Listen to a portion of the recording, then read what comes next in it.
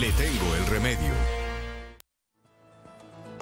7:34 de la mañana, y como es habitual en este espacio, en Le Tengo el Remedio, resolveremos las dudas de los televidentes. También ustedes nos escriben a través del correo electrónico en el que ponen sus inquietudes en materia de salud, y por supuesto le hacemos toda una investigación, traemos un especialista, y el doctor Carlos Francisco Fernández pues siempre está atento a darle respuesta a todas estas dudas que tienen los ciudadanos en materia de salud.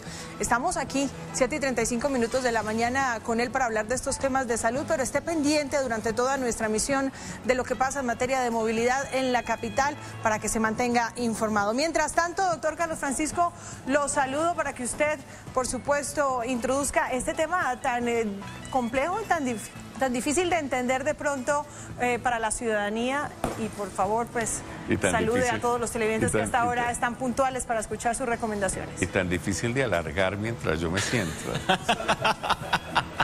Vaina sobada, ¿no? Doctor, ¿y usted por qué me echan agua? ¿Sí ve? Aquí poniendo el todo doctor mi lo empeño. disfrutó, se sentó a escucharla Mira, nomás. estoy sudando, doctor. ¿Qué tal? No me acordé Rafael, ni del correo. Recordémosle el correo a la gente. Un saludo Rafa. respetuoso para su Marcelina, igualmente para Rafael Niño, y por supuesto para nuestro invitado que está entrando en este momento, porque vamos a hablar de las enfermedades neurodegenerativas, pero la lluvia, el chapuzón nos altera eso, entonces aquí estaremos. Hágame un favor, Lina, salúdeme allá en el barrio Santa Bárbara, ¿sí?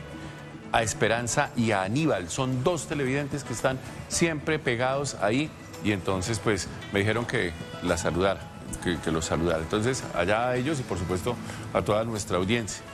Pues Aníbal, Esperanza, ustedes de verdad gracias por conectarse con nosotros desde temprano. Yo aquí secándome el sudor producto de la llegada del doctor a esta hora, pero eso no quiere decir que no estemos con ustedes acompañándolos cada mañana. Gracias por conectarse con nosotros, por ser fieles televidentes de este espacio. Y aquí en la urdimbre de septiembre, mentiras, vámonos con la gente si de pronto tienen alguna pregunta mientras se sienta nuestro invitado, o si tienen alguna inquietud. Por supuesto, vámonos con la gente, ¿cierto, Lina? Sí, siempre señor. se nos enmochila, entonces aprovechemos este espacio. De una. Buenos días, doctor Carlos Francisco. Mi pregunta es, ¿qué bebidas y alimentos debo consumir para evitar la somnolencia?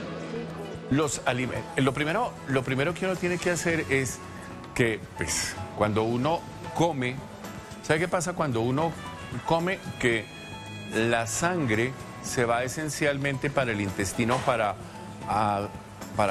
digamos, absorber los alimentos, y el cerebro se queda sin sangre.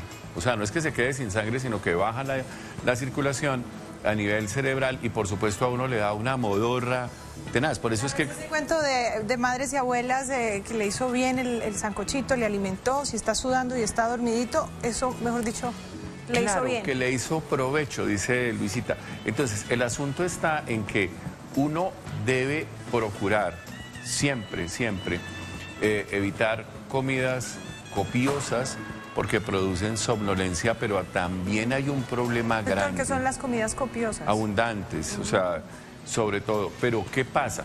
Que cuando uno se acuesta, por ejemplo, lleno, ojo, ese proceso de digestión, pues pueda que le dé somnolencia en un momentico, pero después termina siendo pues una tragedia para dormir. Entonces, obviamente cuando uno... primero hay que equilibrar bien. Por supuesto, el exceso de carbohidratos, sin duda, pues van a forzar un poco más, digamos, el componente metabólico, y por supuesto, como uno no gasta esa energía, pues produce cierta somnolencia. Hay alimentos que producen más sueño. Por ejemplo, los componentes, ustedes nos han dado cuenta que la gente dice, tómese una lechecita caliente, y eso de pronto potencialmente le ayuda a dormir mejor. Es decir, casi todos los alimentos en primera instancia, cuando son abundantes, producen somnolencia. Lo importante frente a esto del sueño y la comida es comer equilibrado. Ojo con el insomnio. Las personas que padecen insomnio tienen que necesariamente comer por lo menos 2 horas antes, es decir, 1 hora como mínimo, antes de acostarse, o si no va a tener líos. Y ya cuando hay, digamos, problemas de somnolencia y demás, cuando uno come ya pues hay que tener que Doctor, consultar. ¿qué recomendación le da a un hombre trabajador como Rafa, por ejemplo, que estuvo al frente de nuestra misión de fin de semana y muy firme después de ese lunes festivo trabajando aquí en Arriba Bogotá desde las 5 de la mañana para que se alimente, no esté con somnolencia, que esté con toda la energía? El hecho de que esté trabajando no quiere decir que tenga que comer más. ¿Por qué? Porque depende obviamente de la actividad física, Y es muy importante tener en cuenta que si uno, por ejemplo, está dedicado a la actividad mental, pues por supuesto la comida tiene que ser más equilibrada. Bueno, entonces vámonos con ya se sentó nuestro invitado. Entonces ya Luisita me dice. Ya no tiene que alargar, doctor. No, ya no tengo que alargar tanto ni decir que se ponchaba ahí para que no vean que se está sentando el doctor. Entonces vámonos con otro remedio y por supuesto hablamos aquí con nuestro invitado. Doctor, con usted no hay magia de la televisión. Sí, no, Buenos días, no, doctor. ese es el truco, es decir, aquí hablamos como si estuviéramos en la sala de la casa. Sí, cuando en la sala de la casa se atraviesa alguien o cuando alguien a venir un momentico paro la conversación. No, seguimos igual. Vamos con la gente. Buenos días, doctor Carlos Francisco. Le quería hacer la pregunta, ¿qué me recomiendas para adelgazar? ¿Qué recomendamos para adelgazar? Pues como decían las abuelas, muévase más y cierre el pico. Es decir, si uno come más poco, es decir, si uno come la cantidad de energía que necesita y no en exceso, pues obviamente va a tener un equilibrio metabólico. Si usted come más de lo que gasta en energía, pues por supuesto eso se va a acumular. Eso es, y nosotros siempre recomendamos aquí la comida equilibrada. Hemos traído aquí personas que hablan de nutrición y por supuesto, acuérdense de dividir el plato en 3 partes, la mitad verduras y frutas, otro cuarto pues en proteínas y otro cuarto en carbohidratos. Eso es, y por supuesto, ojo, cuando ya hay alteraciones desde el punto de vista metabólico, problemas de la tiroides y demás, pues hay que consultar. Pero pilas con las dietas, ¿no? Las dietas exageradas que hacen que la gente aguante hambre y, por supuesto, se desnutra y de bajar de peso, no. Entonces, ejercicio regular y una comida equilibrada. Esas son las 2 recomendaciones. Doctor John Paul Vergara, ¿cómo le va? Muy bien. ¿Cómo está el gracias. tráfico? Buenos Dígame días. que estaba terrible. Terrible. Eso, estaba y sin terrible. taxis. Sí. ya empezó el merequetengue del taxi. Ya. ¿Sí? Sí, señor. Uy. Entonces, él es neurólogo, epileptólogo y lo hemos invitado para que nos hable de las enfermedades neurodegenerativas. ¿Qué es eso, doctor? Perfecto. Las enfermedades neurodegenerativas son un grupo de enfermedades o patologías que se caracterizan por un daño en las células nerviosas. Dependiendo del tipo de enfermedad, ese daño va a ser muy rápido o muy lento, básicamente. Y pues las personas comienzan a perder una serie de funciones secundario a este daño celular. Cuando hablamos de las enfermedades neurodegenerativas, su nombre lo dice, eso es algo que degenera el sistema nervioso. Pero hay de muchos tipos, ¿verdad? En adultos, ¿cuál es la más común? Las más comunes. La más común en adultos mayores de 65 años es la enfermedad o la demencia tipo Alzheimer, exactamente. Cuando hablamos de demencia tipo Alzheimer, doctor, eso es una vaina tenaz, porque hay gente que considera que los síntomas, por ejemplo, que acompañan pues, el déficit cognitivo de la edad, pueden confundirse con Alzheimer. Por ejemplo, la pérdida, que a uno se le olviden las llaves, ¿dónde dejó? ¿Eso es Alzheimer? No, no necesariamente. Digamos, Uy, qué tranquilidad. Cuando uno se le olvida levantarse para venir a trabajar. Tampoco. Ah, bueno, listo. Tampoco es tan grave.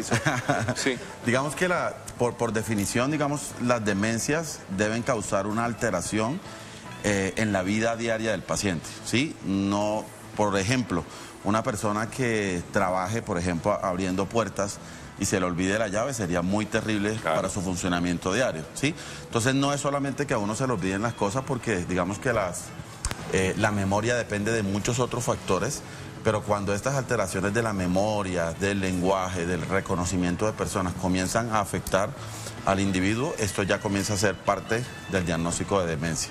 O sea, la más común sin duda es la demencia tipo Alzheimer en personas mayores.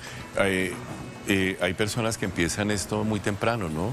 Sí, digamos eso es que gravísimo. no es tan común que empiecen temprano. De hecho, como dijimos hace un momento, la mayoría de personas más o menos arranca a los 65 años. Hay otro tipo de demencias que pueden afectar a las personas menores, ¿verdad? Por ejemplo, está la demencia frontotemporal, que es una demencia que, como su nombre lo dice, afecta las regiones que son los lóbulos frontales y temporales. Por ejemplo, la que afecta a Bruce Willis, ¿verdad? Que es una demencia que arranca de manera temprana y que típicamente, además de las alteraciones de memoria, tiene, por ejemplo, alteraciones del comportamiento, con alucinaciones, etcétera. De hecho, para nosotros como neurólogos, una demencia de inicio temprano es un signo de alarma, ¿verdad? Terrible, para sí. descartar otro tipo de enfermedades o, por ejemplo, algunas infecciones. Y yo tengo un compañero que empezó con una demencia a los 40 años. Y terrible, eso deteriora machamente y es dramático, de verdad, de las cosas difíciles. Hablemos de las que comprometen, por ejemplo, el sistema motor, que me tocan a mí, por ejemplo, en los pacientes. Hablemos de, por ejemplo, las esclerosis o hablemos de la ELA, que es tan común no, sino tan publicitada por estos días. Perfecto, sí, la esclerosis lateral amiotrófica es una enfermedad que altera el sistema motor de manera muy severa, ¿verdad? Puede afectar también personas muy jóvenes. Sí. Y comienza a causar una disminución en el tamaño de los músculos, con una disminución en la fuerza. Terrible. Posteriormente va avanzando y el paciente tiene ya dificultades, por ejemplo, para deglutir o para tragar, lo cual hace que sea una enfermedad bastante difícil de tratar, en el sentido de que no hay un tratamiento que frene el avance de la enfermedad. Y con un componente que es, digamos, que acompaña esto, y es que la persona desde el plano sensitivo y cognitivo en la mayoría de las veces está, la mayoría de las veces no, siempre está muy bien. Entonces, por ejemplo, Stephen Hawking se murió, era el supercientífico y no se movía, es una terrible. Hablemos de la esclerosis múltiple, que es mucho más grave, digamos, mucho más amplia en componente de afectación. Exacto. Digamos que la esclerosis múltiple es una enfermedad que por definición es una enfermedad desmielinizante, precisamente porque la alteración se centra sobre unas células del cerebro que es la mielina, ¿verdad? Es una enfermedad de personas jóvenes, generalmente mujeres, y que ataca diferentes zonas del cerebro y se manifiesta de diferentes formas. Generalmente se manifiesta como ataques súbitos. Por ejemplo, los pacientes hacen pérdidas de la sensibilidad o pérdidas motoras de manera súbita, con un deterioro que generalmente es progresivo y muy pocas veces es tan rápido. Sí, la mayoría de personas hacen los ataques secundarios al daño de la mielina, pero la mayoría vuelve a recuperar posterior al tratamiento, y pues afortunadamente hoy hay tratamientos bastante efectivos para eso. Desmielinizante. La mielina es esa proteína que envuelve los cables, que envuelve, es como el aislante que envuelve el sistema nervioso, que envuelve los cordones nerviosos, y eso acelera la velocidad de conducción. Cuando eso no existe, pues eso es tenaz. Hablemos, por ejemplo, de enfermedades un poco menos comunes. Por ejemplo, ¿qué le digo yo? La atrofia espinal progresiva. Sí, la atrofia espinal progresiva afortunadamente es una enfermedad de muy poca prevalencia, sí, sobre todo en estas zonas de Latinoamérica. Es una enfermedad que, como su nombre lo dice, comienza a presentar el paciente una atrofia progresiva de los músculos, ¿verdad? Hay algunos patrones hereditarios y generalmente es una enfermedad de muy mal pronóstico, porque el paciente comienza a perder músculo, y esta atrofia generalmente comienza a presentar, por ejemplo, el paciente signos de desnutrición, de infecciones, ya que pues nuestros amigos fisiatras o médicos de medicina del deporte saben claramente que el tamaño del músculo ayuda también a mejorar el pronóstico en algunos pacientes con estas enfermedades crónicas. John Paul Vergara Aguilar, estamos haciendo un paseo aquí, pues, muy grueso de enfermedades neurodegenerativas, como para tratar de poner esto como una página del índice de cosas que vamos a tratar. Porque comprometámonos, doctor Vergara, a hablar. Usted es epileptólogo. ¿La epilepsia puede considerarse neurodegenerativa? ¿Algún tipo? No, digamos que la epilepsia por definición no, es una enfermedad que no causa degeneración como tal de las células del cerebro. Hay unos tipos de epilepsias que en general lo que causan es una atrofia o un daño cortical, por ejemplo algunas encefalopatías epilépticas se llaman, claro, ¿sí? Como por ejemplo el síndrome de Lennox-Gastaut, el síndrome de Dravet, otro que se llaman síndrome de West, que son encefalopatías epilépticas que causan o se asocian a un daño cortical cerebral bastante severo. Entonces, decía que es como una especie de índice Lina, porque vamos a invitar al doctor Vergara para que hablemos de estos componentes uno por uno, ¿le parece? ¿Cuál le gustaría la próxima vez si, por ejemplo? Sí, por ejemplo, se nos quedó faltando uno muy importante que es la enfermedad de Parkinson, ¿no? Ah, por supuesto, Que por supuesto. es una patología que es muy frecuente en nuestro país. Puede afectar personas relativamente medio jóvenes o medio, como uno lo vea, pero pues es muy importante e impacta negativamente la calidad de vida de los pacientes. Entonces hablamos de Parkinson en su próxima Perfecto. visita. ¿Cuándo Sí, sí. sería, por ejemplo? Cuando me invite. No, usted tiene aquí la puerta abierta siempre porque sin duda, pues es que el problema del tráfico es un poquito complejo. Póngame un día, por ejemplo, y dígame, vengo el lunes, ¿es feriado? ¿No es feriado? Miércoles puede ser. Entonces, ¿quién va a venir a hacer esta sección? Porque yo pensé que era tanto puente. Bueno, entonces, ¿el lunes le quedaría bien? El lunes es difícil para mí, el miércoles sería perfecto. El miércoles entrante hablamos de enfermedad de Parkinson con el doctor Vergara. ¿Le parece? Perfecto. Me parece Muchísimas muy bien. gracias, doctor, por estar con nosotros. Y por supuesto, Lina, ¿alguna otra cosita que ya vamos a cerrar? No, doctor, está completamente feliz con toda la información. No, digo, es que recibimos. su merced como tiene tanto con esta sección, entonces, digo, pues, para que la próxima vez se siente aquí. Estamos atentos del de cuando acá, doc.